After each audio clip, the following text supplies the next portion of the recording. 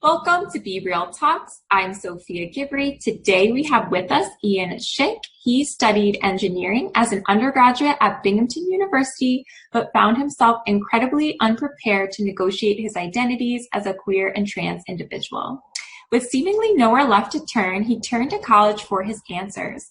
With the help of some amazing queer and trans student affairs professionals, he found himself pursuing academia, trying to help students like him get the help they need to grow and be successful.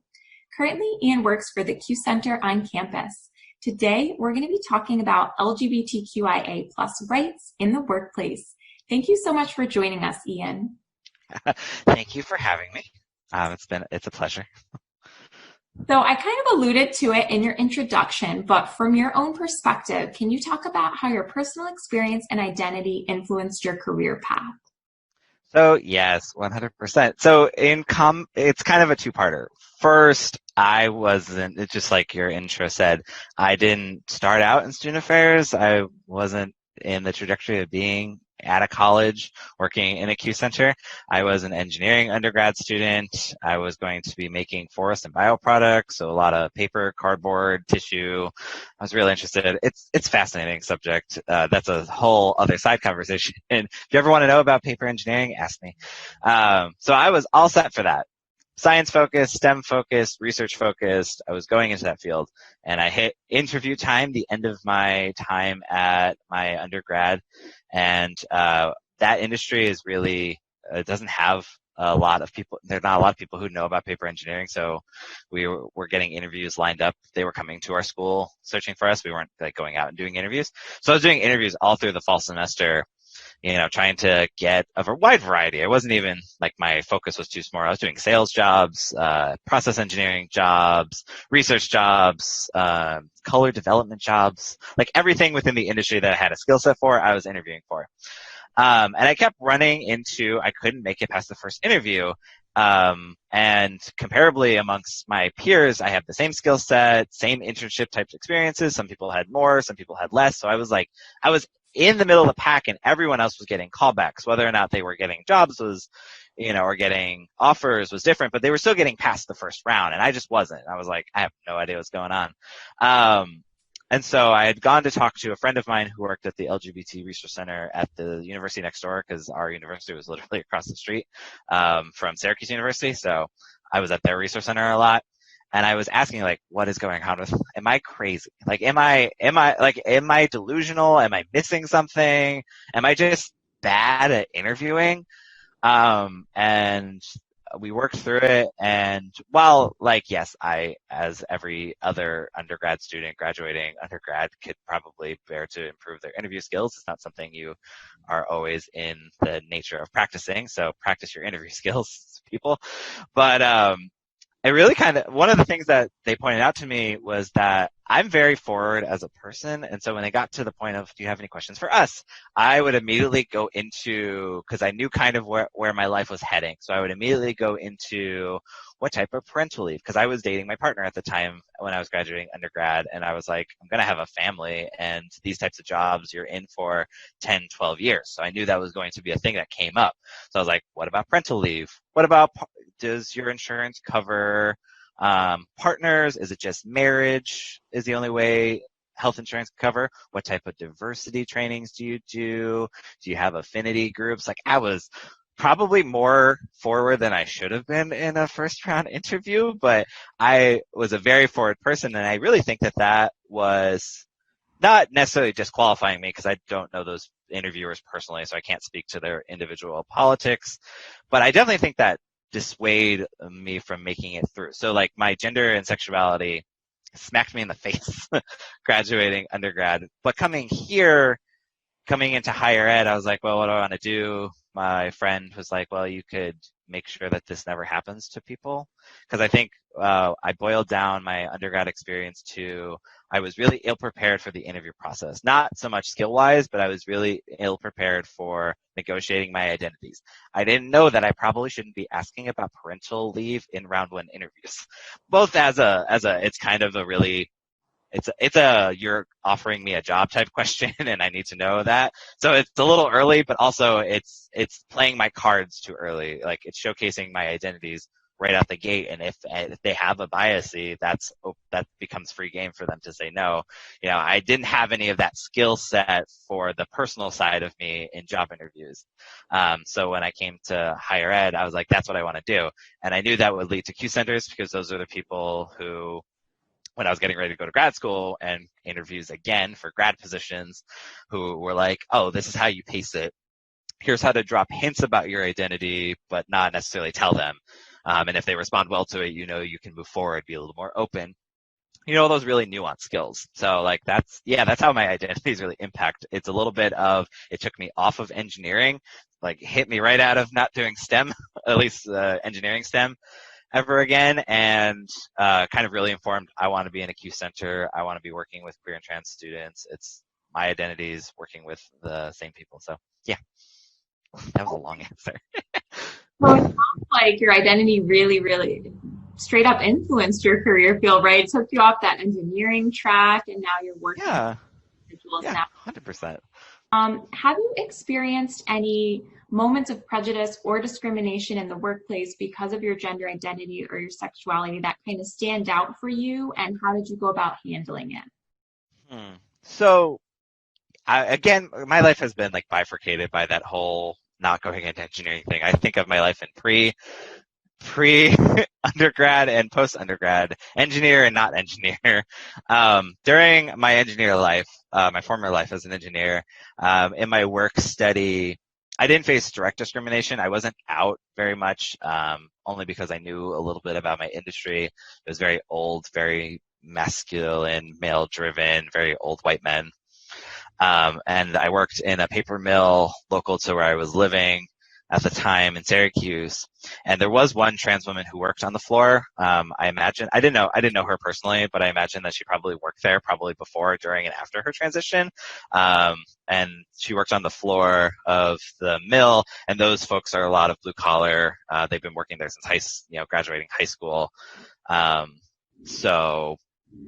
And hearing the comments around her, sitting in some of the control rooms or some of the testing sites in the mill, hearing the comments about her were devastating to me. So it wasn't direct discrimination, but they were devastating to me because they would talk about, oh, I saw her in the mall, and how do I explain that to my kids? And I don't want to ever see her out in public.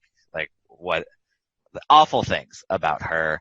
I feared for her safety at one point, but still, as this not out person, this was the blueprint for what I was oh, this is what I'm going into. Slightly different because I was going into more engineering, process engineer side, so on the professional track, where these are blue collar workers again. So a little bit different, but this was what I was walking into, and that devastated me. I was I don't know if I want to do this. So I really tried to go into research after that, still trying to be in engineering. So that was one moment that really stuck out to me. I will say that I haven't faced any direct discrimination because of my gender identity or sexuality. I think that partially has to do with being in student affairs. So I faced misgendering, and I faced side comments. I faced offhanded things, but never an outward, you're not welcome here, or an outward, you can't do this job, or an outward, we're picking someone else over you. I've never faced that. I think that also has to do with the fact that I am a white, and people will read me initially as masculine. So I think that's disarming to a lot of people. They trust me more right off the bat. They won't outwardly discriminate against me because, yes, I am queer and trans, but I can still wield the fact that I'm a white person to go to HR and to go to supervisors. I still have that kind of power and privilege, so people won't outwardly discriminate against me. So it's a little bit of A and B. Okay, yeah, I think that kind of makes sense, especially the field that you're in, right? Like you said, it's to be more of that kind of subconscious, I guess, kind of comments that people have. And in looking at people who I guess don't share as much privilege as you, maybe they don't have white privilege, based on kind of research that you've done, or even, experiences that you've had, can you talk about ways that students can handle discrimination in the workplace? So I think there's two sides to it. So there's the personal side. Having a great personal network is 100% how I've, any of the side comments, I just go and complain about it with friends for about an hour until I feel better. So having a great support network to be able to fall back into when those moments happen is really important. You need to have a community that will catch you, even if it's family, friends, chosen family, however that looks to you. Having people to catch you and raise you back up, telling you that, no, you're really damn good at your job. No, that's whack. Any of those type thing. You need someone to hype you up at the end of the day. But then there's also the legal side, because discrimination is an actual legal concern. And conveniently enough, this past month in June, Supreme Court made a decision about Title VII with gender discrimination, and that it does cover sexual orientation and specifically transgender identities, not just women or cis men. So now those protections exist. The complicated thing is that's purely legal. So if you have the means and access to go through the legal process, to sue your employer, to file a claim of wrongful firing, like if you have that access, great, you're covered legally. But unfortunately, even though legal protections are there, they're still it's not necessarily accessible to everyone. If you have to have that job because it's either that job or poverty, you don't have exactly the wiggle room to make the claims and do the filings and hire a lawyer. So having that personal support and that family of support, both financial family support, being able to fall back into a community who can house you if you are fired and can't afford your housing or rent anymore. So like having that really deep, not just, and I talked about having a hype network, but also having a resource network, friends that that if you were fired and couldn't afford to live at your place, that they would take you in on your couch that next day. Having people who you showed up on their doorstep, they would feed you, clothe you, and get you out the next day. Having friends who have job connections. If you're fired from a job that you really enjoy, who can set you up immediately at, a Wegmans or a Staples, who can just no, I got you, here's a job. In the meantime, that real type of network, I think, is super important, especially if you don't have the means and access to go through the legal process. Yeah, and a question kind of comes to mind for me. Are you aware of any kind of local organizations that would maybe help financially if somebody needed to go through the legal process, or even nationally? Nationally, Lambda Legal, I think Lambda Legal is one of the more premier specifically about LGBTQ legal work. They have guides. They have lots of information on their website, so even if you're not using them directly for legal services. I also think looking into the ACLU and other places that do prorated or free legal work. There are lots of places, and it's not always you're going to find LGBTQ legal services. Like Lambda Legal is big and doesn't always do legal services. So not even being afraid to go ask any of the places that do free legal work, because employment legal cases, while yes, you want someone who understands the LGBTQ experience, that's the ideal. Anybody that understands legal law is going to be able to properly defend you because it's written and codified into law. So it doesn't necessarily need to be specifically an LGBTQ lawyer. But those types of services, definitely Lambda Legal, full of information. We brought them with the Fleishman Center actually to campus virtually to talk about the current climate, oddly enough, before the Supreme Court decision. So now I'm wondering if we need to bring him back in the fall real quick to update his conversation with students. But we've worked with Lambda Legal before. Yeah, I love that that update, right? Because these laws and policies are constantly changing. I mean, that's the goal, right? So, yes. Yeah, had we done this conversation before June and we got to the question of what legal protections are there, I would have been like, I can tell you kind of basically New York is pretty solid, but it's state by state. There are some states where it's fully easy to just let you go because you said you were queer or trans. There are other states where it's more complicated, but it sometimes was town by town before the Supreme Court decision. Where you could, Syracuse had a legal protection for queer and trans individuals, but I don't think Binghamton did. So it was even so much, it was so random. It was town by town. You would leave your town and go work in another town and you could be fired there, but not where you live. It was super complicated before the Supreme Court decision.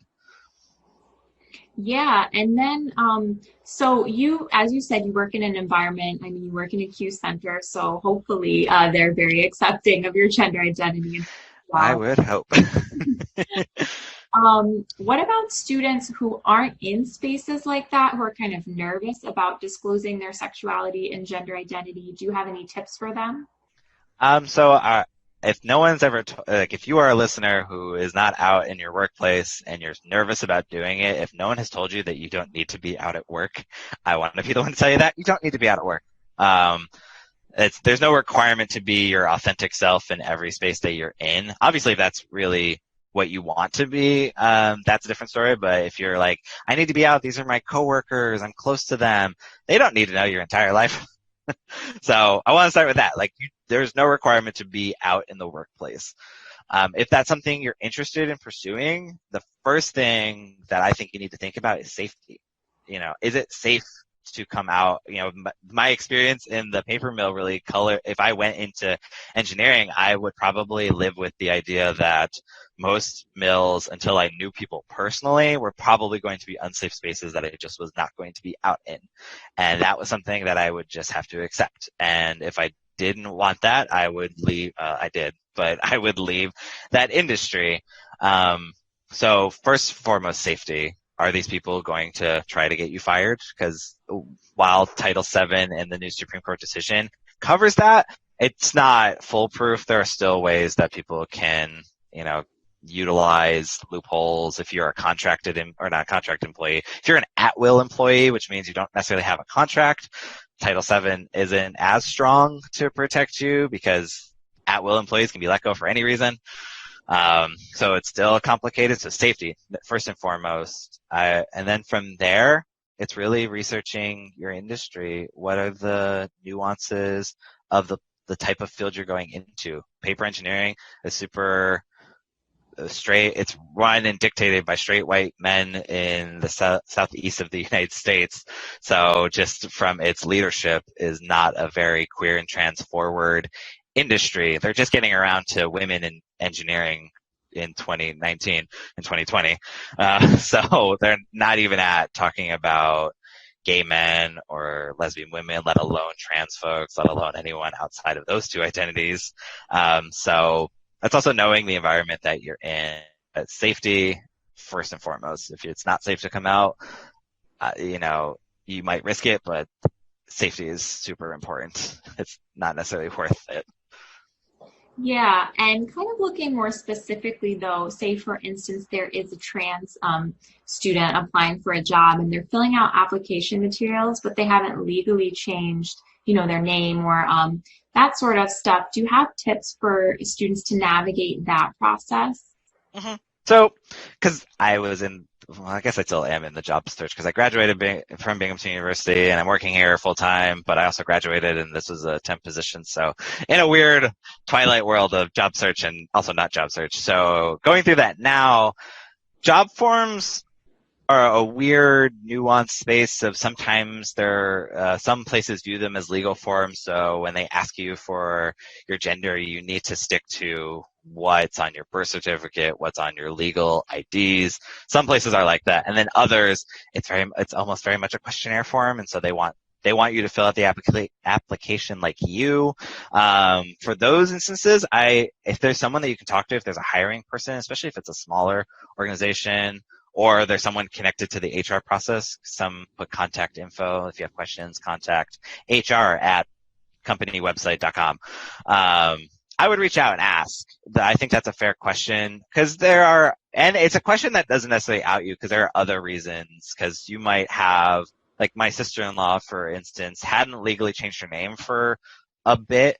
So there would be an instance if she was applying for a job and it comes to the last name field, she might put my brother's last name because she just hadn't legally changed her name, but that was the last name that she would be using.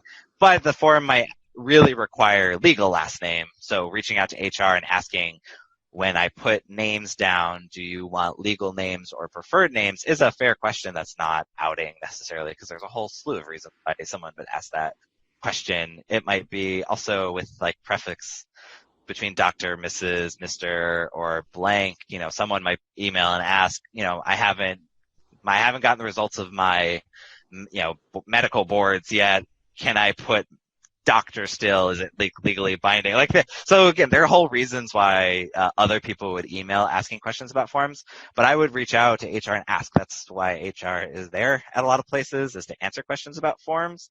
And then also speaking to that, again, it goes back to knowing the industry you're going in. And I don't know if we talk about that enough with students. Like, I wish someone had sat me down freshman, sophomore year going into paper engineering, who knew my identities and maybe would have had the conversation of maybe this industry isn't for you, not because you're not good enough, but just because you're walking into an industry that just doesn't accept you or isn't open to accepting you. And if you're willing to fight it, cool, that's great. But also you might not be. You might just want to be able to get a job and live your life. So really look into the types of industries that you're going into, because if you're a trans person who's graduating and the industry you're going into is super transphobic, you might not even be able to get to job search process. You might just want to move on to a different field. Something that's still related to your skill set and your passions, but not that one.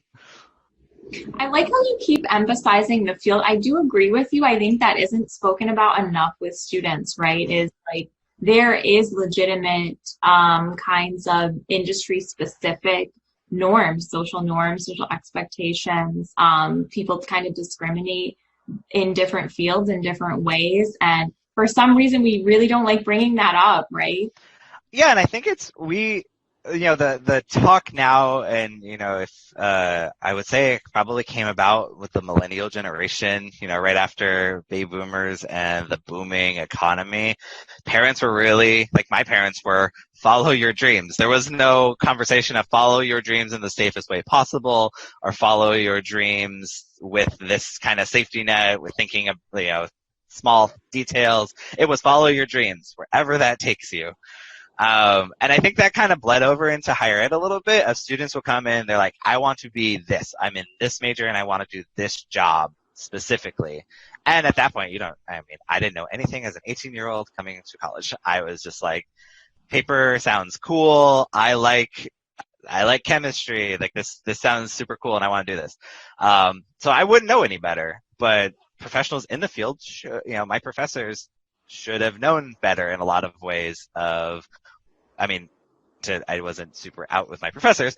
That's a different side story. But there should have been at least procedures like talking about what are the industry dynamics like this. And they talked about that. I will say they made those kinds of mentions with women students in our engineering program. There was lots of resources, just general, not like targeted at women in the program. It would be just conversations had in class, that women in engineering face a lot of discrimination, but it's something that is in the limelight now, whereas LGBTQ folks in engineering is not necessarily. But if someone had sat me down and said, not the industry for you, not because you're not good at it, but just not the industry for you, I would have. And for me, it boils down to, yes, I wouldn't have been able to do paper engineering, but it doesn't mean other engineering fields wouldn't have been better fits for me.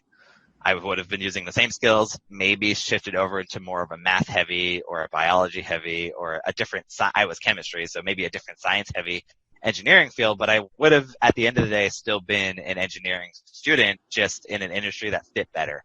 Like a computer engineering field might have been a much more open, progressive field that would have accepted me. And those are the conversations that I think we could be having, because we're iffy on crushing a student's dream, but oftentimes we don't have to. We're just like shifting them over like 2 steps into a different direction that's ultimately the same skills, and they're in the same major and learning the same things. They're just not going into that lion's den of pain and animosity that they could be walking into. But yeah. Or maybe even thinking about it, right? And it's kind of where the student is at. So if they're in a place where they're very kind of comfortable with their identity and they feel that they have that network that's there to support them, and maybe they want to go into that space to try to make a change in that industry. Yeah. Right? Yeah. So. Yeah, but still having the conversation. Like I might have at 18, 19 years old looked my advisor in the face and said, nah, I got this. I can do. No straight white man's going to scare me. I got this. And I would have gone in anyway. That would have still been my decision, but no one even had the conversation with me or gave me the warning signs or the breakdown. I had to pick up on it on my own and also get all the way to the interview process. And I didn't waste 4 years. I use all those skills now, 100%. Still use all my engineering skills. Great at Excel and budgeting because of it. It's a great skill to have in our field, but I did use a whole 4 years to get a degree I don't use because no one talked to me about it. Mm-hmm. Yeah, that conversation is really important. I definitely agree with you there. So you mentioned Title VII. Are there any other policies that you think students should be aware of when looking for jobs? Title VII is the big one because that's the legal protections for employment. The only other ones I would look at, like if you're job searching, is I would look at hate crime laws in the area, like what, and not necessarily because you'll have to use them. It's more so what is the political climate of the area you're going into, because Title VII is a federal. Doesn't mean that the individual area you're going to might be a safe place. So looking at hate crime laws, are LGBTQ hate crimes covered under hate crime laws in the area you're going to? Is hate speech covered? You know, those types of, those subtle policies that maybe you won't ever have to use, but give you an idea of what's the dynamic of the place you're going into, or what is the type of area you're going into. That also would complement then Title VII. But Title VII's the big one. And now since it's federally mandated, I don't have to tell people to go to state by state, town by town, and look up individual ordinances about job protections. So that's nice. Yeah, that was such a huge game changer. I remember even if you think of allyship or kind of safe space trainings, you have to go into so much depth about state to state, make sure you're familiar with everything. But with the we would pull up the map that's like New York is pretty solid. I forgot what the color coding was, but pretty solid. Like protections are pretty universal across the state of New York from the state downward. But then you would jump over to like Pennsylvania right below us, and it was random splotches of protections in Philly and Pittsburgh and some small towns, but then nothing. And then the state has this kind of protection, but not really.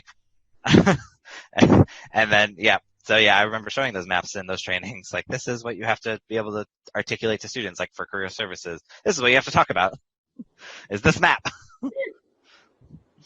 And then, so thinking of different kind of phases where students are looking at companies, from kind of scoping a company out to going through the application process to job searching, are there ways students can identify if an organization or company is gender and sexuality inclusive? Yes, so I think about it in layers. I think first and foremost, going to their website and seeing if LGBTQ, racial justice, any of those buzzwords even exist on their website. Because some will have them. Some will have, this is our discrimination policy, this is our diversity statement, and that'll be on the website. Maybe not a big spot, maybe it's like just tiny print on like the About Us page, but it'll be there. And that says something that they took the time to put it on their website on a page that you can find. So that's one layer. That's like the easy one. I'm interested in this company. Let me go see what they're about. I think going deeper is starting to move to their social media. What are they talking about? Around Pride season, do they even talk about Pride? Especially if you're going into more products company, especially if you're in, clothing, branding, marketing. Does the company put rainbow flags over everything when we come into June? Like those easy things that a company should just be able to do, and actually don't take much to do, in my opinion. You just turn on the rainbow filter for June. It's not that hard in PR and marketing. But are they even doing those things? So that's like the first layer. Do they got the bare minimum stuff down? And then again, digging deeper, I would start to look around their social media. What types of accounts do they interact with? Are they doing lots of business with things that are not the safest for LGBTQ folks? So do they do work? I can't even think of examples off the top of my head. Sorry for that. But looking around them. And then one layer deeper, if you can, talk to employees, because companies are really good at playing the game of we're a safe, great place to work, because that's the language of the job market now, is how can you make your company the coolest place to work on the outside. Like, you want to make people apply to you because they know that being a cool place to work is a part of reducing turnover for employees, but that's not always the experience on the inside. So they'll talk about all of their cool vacation packages and how they have a water slide in their break room, like those outrageous things that make them a cool place to work, but that doesn't mean they are. So if you can talk to employees directly who work there, that's the best way to learn about a company, especially queer and trans employees. And so there are organizations that will help you with that. First, like if you're a STEM student, OSTEM, which is out in science, technology, engineering, and math, OSTEM, they're an organization that connects LGBTQ STEM professionals. And so through that network, you would be able to find someone who works for Apple or someone who works for Lockheed Martin, who's out, who could tell you, these are my experiences. Maybe not in the direct location you're going to work, but these are my experiences in the company. This is what my supervisor said something to me, but I was able to go to HR and it was cleaned up and I didn't have that supervisor anymore. Getting firsthand experience is really the only, I think, true way to know a company. A lot of it is guessing. Do they say LGBTQ on their website, on their social media? Do they mention diversity plans? If that's all yes, you have a good chance of it being not a violent place to work, but that doesn't mean it's going to be a great place to work. You might still get, even in the most LGBTQ friendly company, you still run the risk of having a supervisor or a coworker or a boss or a vice president who is a terrible, terrible human being who will say this, that, and the other thing, even though their company donates so many millions of dollars to the Human Rights Council or donates millions of dollars to GLAAD or GLSEN. It's no guarantee, but talking to employees is a pretty strong guarantee of this is what the workplace is actually like. Obviously, if you're not a STEM professional, if you have a professional program or a professional organization, seeing through there if you can find other queer and trans folks who work in your industry to talk to. But yeah, talking to people who actually work there is really the quintessential. Do you want to know what a place is like? This is how you find out what the place is like. But a small caveat on that, don't talk to people who are in the interview process. I believe, I don't think I've made that mistake, at least that I can remember. If I did, I blacked it out because it was too embarrassing. But never ask the people on your interview panel what it's really like to work there, because they're in that kind of weird environment of they can't really tell you exactly what it's like to work there. Some might, if it's a small company and it's like a family-run business, they might, but there's an expectation of being on a search committee, so it's not the place to ask. So ask employees who are just there, who aren't in your search process, who have no influence, that you're just what's really going on here? Please tell me the real experience of this job. Yeah, I think you explained how complicated that is. Yep. It's not just a matter of, and it is the bare minimum to put that blanket statement on the website, right? And who knows why that was put on there. It's always kind of goes back to a marketing thing, right? We want to seem like we're inclusive. So really, and then you don't know who your boss is going to be. There's all those distinctions at the local level, right? So solid advice of reaching out, seeing, okay, who actually works here and who can I get that real perspective from? Mm-hmm. That has saved me a good couple times, small jobs, not in higher ed, but that has saved me from taking a few internships, of asking a former intern who is just coming off that higher ed. We're kind of lucky that there are a good couple organizations that run internship programs across the country. So even though you might not be able to talk to someone at the institution that you're going to intern at, you can actually probably connect with the person that just came off of that internship through the organization and ask them, what was it like? How was the supervisor? Did they ask you to work outside of hours? That's a big thing for student affairs. the surprise, you actually work 50 hours a week instead of 38. You can ask all those questions of the past intern, and that's how you really get it. Especially with internships, I think internships are one of the best ways to learn about a company, both from being able to go intern there because it's a short-term thing and you can find out a lot. It's also not I've made this decision to work here for 5 years. It's 6 months to a year at most. And you usually can talk to the previous interns and ask them, what was it really like?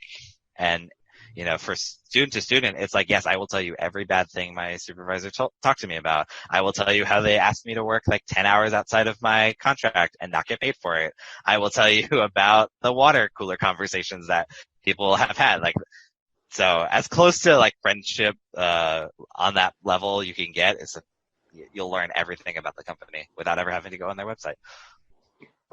Yeah, the big takeaway, it's kind of the running theme in a lot of your answers is have that solid network or at least some person that shares some affinity with you, right? So you're getting those honest answers and responses for different situations. Yeah, it's the unfortunate reality, especially around LGBTQ, and even in racial spaces. It's like all of these are so subtle that like from interview to being able to look at the company website, it will look like an amazing organization.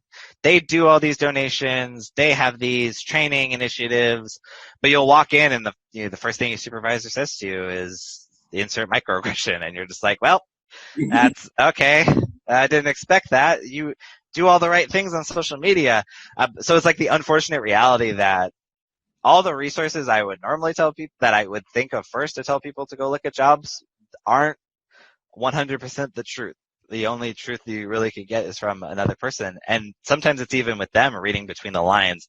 Like they might tell you, oh, the supervisor is sometimes, really tough, like close to deadlines, which might read into, oh, they can get super snippy. They'll start, blaming you and your identities for not getting your work done fast enough. Like I've heard stories of supervisors blaming the women on the team for having children for the reason their work not getting done fast enough. And, when you ask about the job, they just talk about their supervisor being hard, but they're hoping that you see between the lines that their supervisor is not a good person. So it's even sometimes, even with people that you're close to and asking direct people, it's subtle. So it's unfortunate, but that's kind of the reality that we live in. So I don't want people to be unprepared for that. It's not sunshine and rainbows all the time. Not to say that there aren't great job search processes. I've had great interviews. I've had wonderful supervisors. Dr. Kelly Clark here in the the Q Center is my world's best supervisor. So students at Binghamton University should intern with us because we're great. We're good supervisors, I like to think. Good to know, all the students listening. Well, I thank you. I really appreciate how candid you were with this conversation, right? I know it's not always easy, but you seem pretty comfortable, so. I think I'm comfortable because, like, my trajectory, I've been on the bad end of it, and coming into student affairs, that was one thing, especially when it comes to job search. I'm not going to tell you it's amazing, wonderful sunshine and rainbows process, because if it turns out to be, great, I was wrong. I want to be wrong as often as I can, but I just think these are conversations that we should be having with students, because this is the career preparedness that we don't talk about, or that we don't necessarily cover, is the social preparedness of, I have these identities and I'm going to work hopefully for these companies and these places. Can I do that? Or is it going to be unnecessarily a struggle? And they might be ready for it. That's cool. But it also just might be a struggle that they don't want. They want to be able to just live their lives being an engineer or being a marketing specialist or being a nurse. They just want to be able to do that job. That's what they went to school for, and not have to do all the other stuff of educating and fighting and filling out forms. So yeah, thanks. Thank you for having me. Of course. Yeah, you had some great insight for the students, and I know that they will, I hope that they will appreciate it. So.